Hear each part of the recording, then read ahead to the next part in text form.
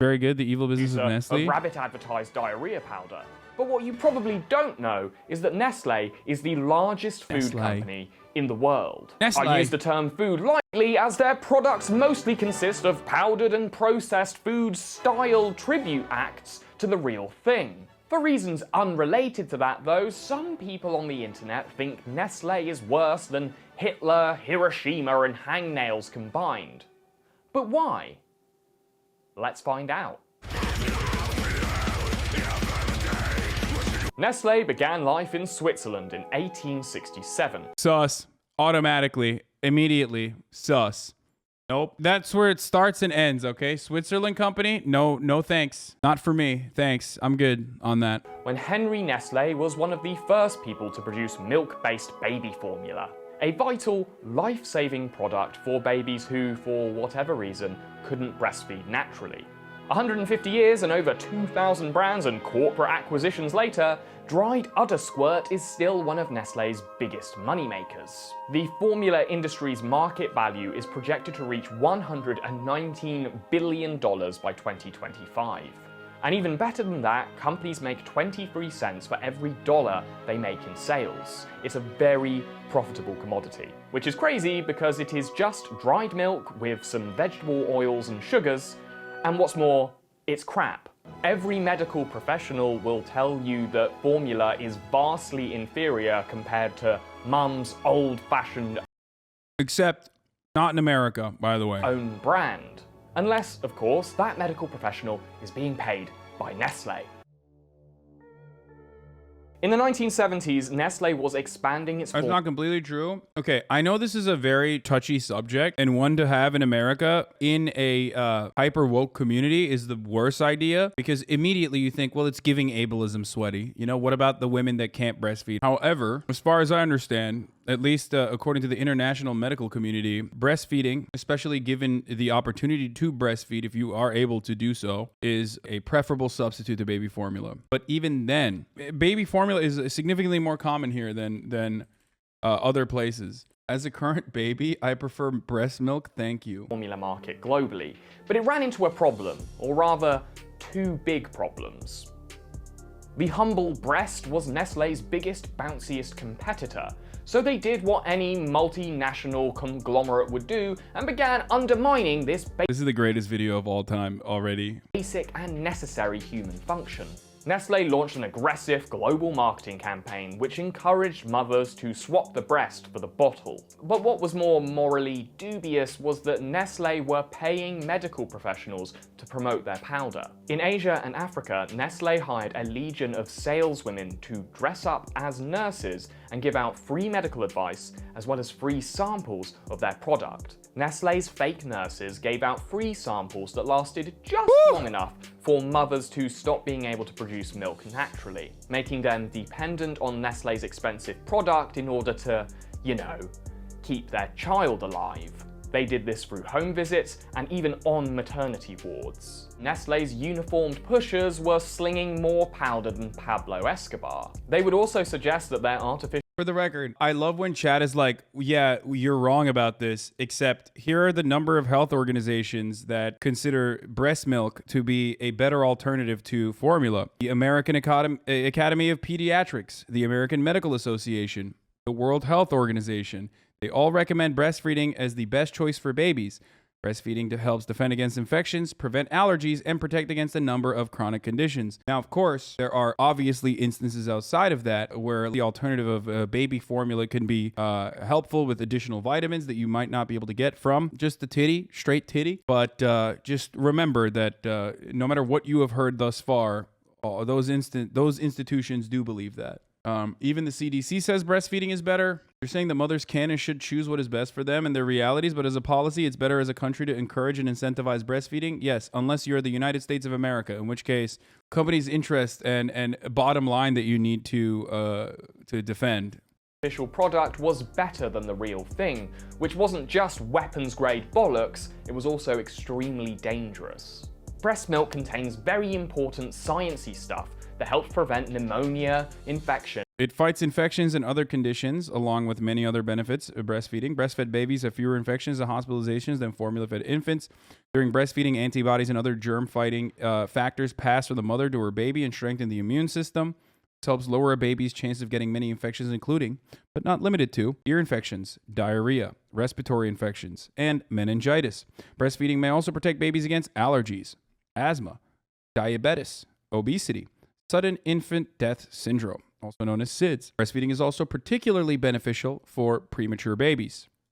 And malnutrition, which are much higher risks in countries that don't have regular access to clean water, i.e., all the countries that Nestle was sending their nurses to.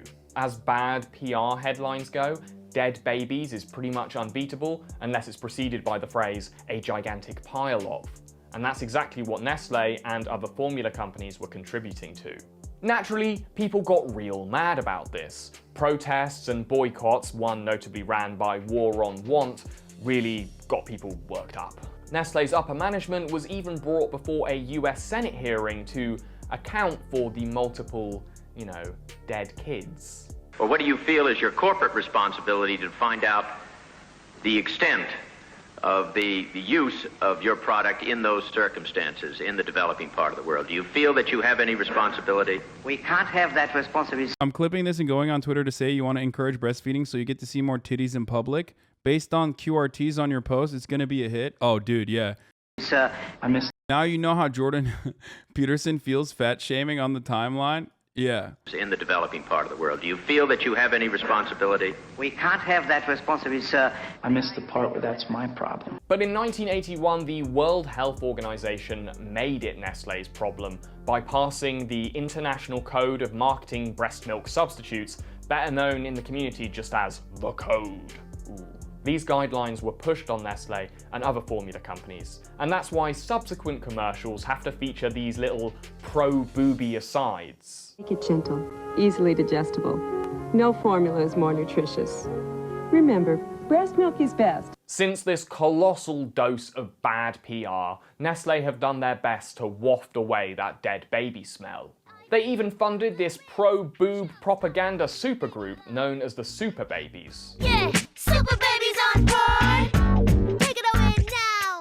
We're breastfed and we know it. Breastfed and we know it, yo. Look, I had to watch a lot of these, so I'm inflicting them on you too. Woohoo! This is a breastfeeding song for those who help our awesome moms. MC Milkers and the Mammary Gang have been assaulting the eyes and ears of the global south since I mean, every time I see shit like this, I'm like, okay, like abortion is necessary and should be encouraged. 2015.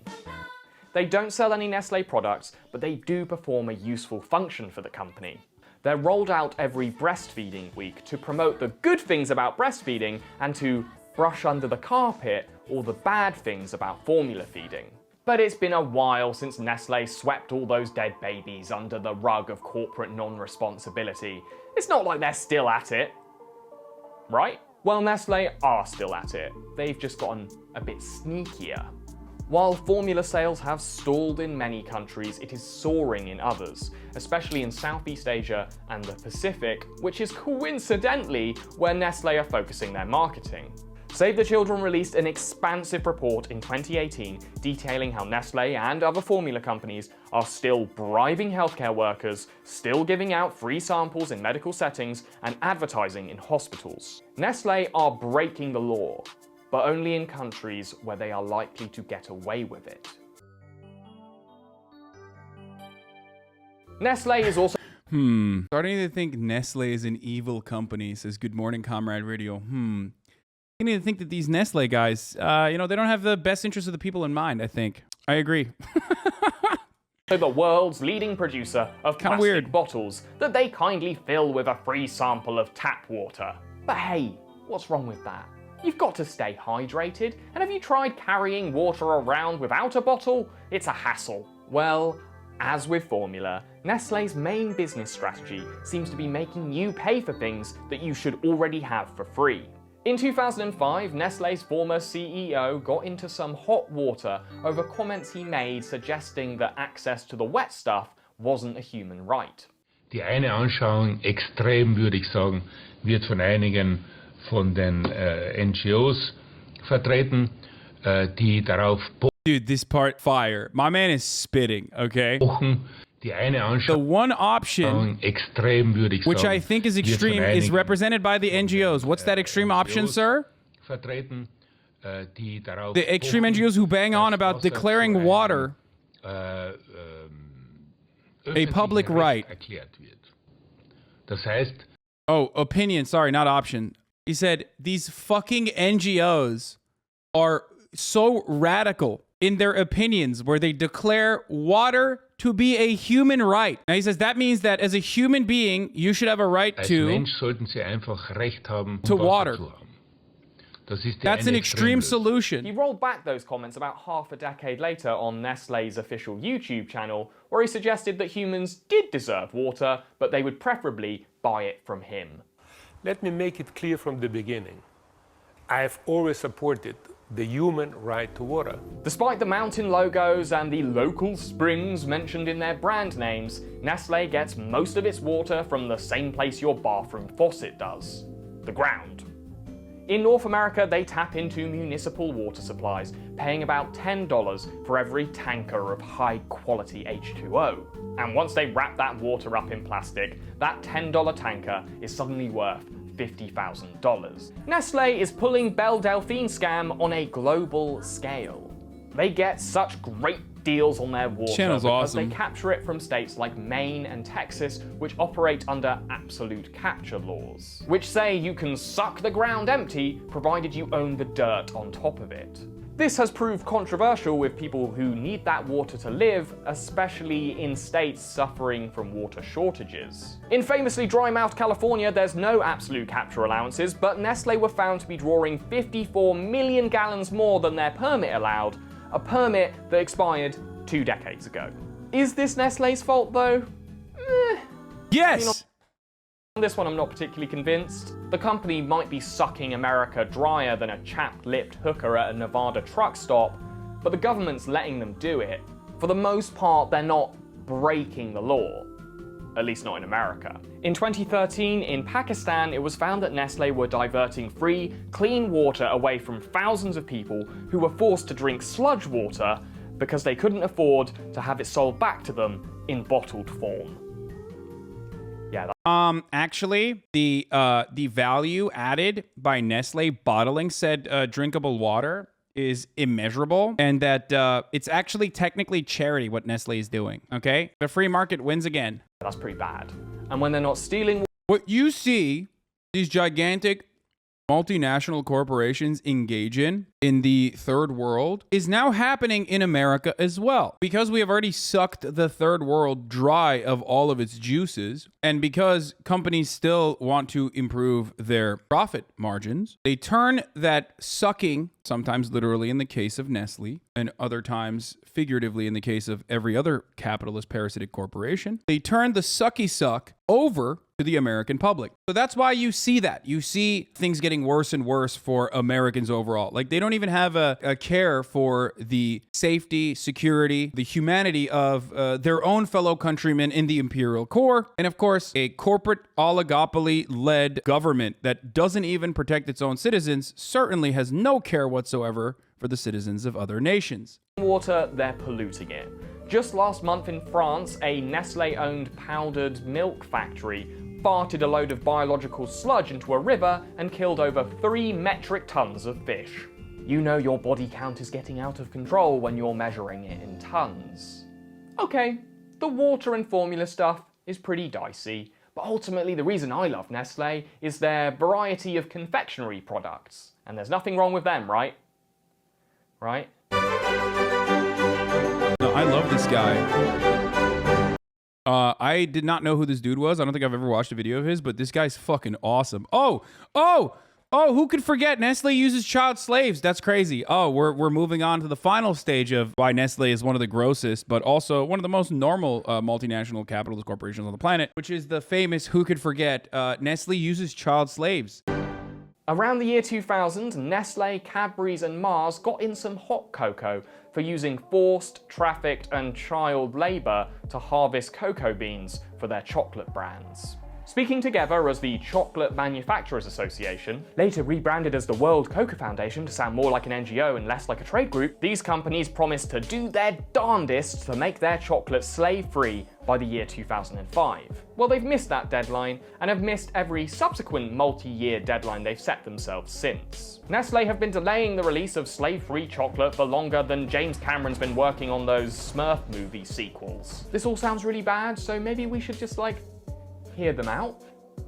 Nestle does not use child slaves. They outsource child slavery. That's true. That's actually true. This is an important distinction. And the Supreme Court allowed it to continue happening in the United States of America. Not that they're using child slaves in the United States of America, but simply that, as long as those child slaves are being outsourced to third-party corporations, then, oh man, you can throw your hands to the side and go, oh, well, they subcontracted the child slavery. Oh, how could we have prevented it from happening? That's crazy. It totally happened. Not, under our watchful gaze. Fucking dude, I am literally the murderer of flies. Okay, call me the Lord of Flies, baby, because I'm fucking murking them.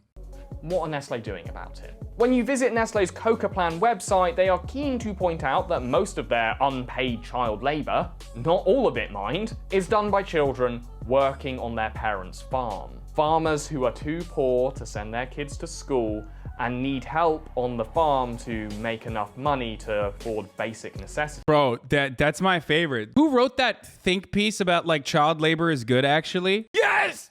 Yes! It was The Guardian! Global development is supported by Bill and Melinda Gates Foundation. Child labor is exploitation, but the household work I did as a child gave me life skills. This article originally had didn't have this original title. This title changed. Literally had the title back in the day when it first popped off.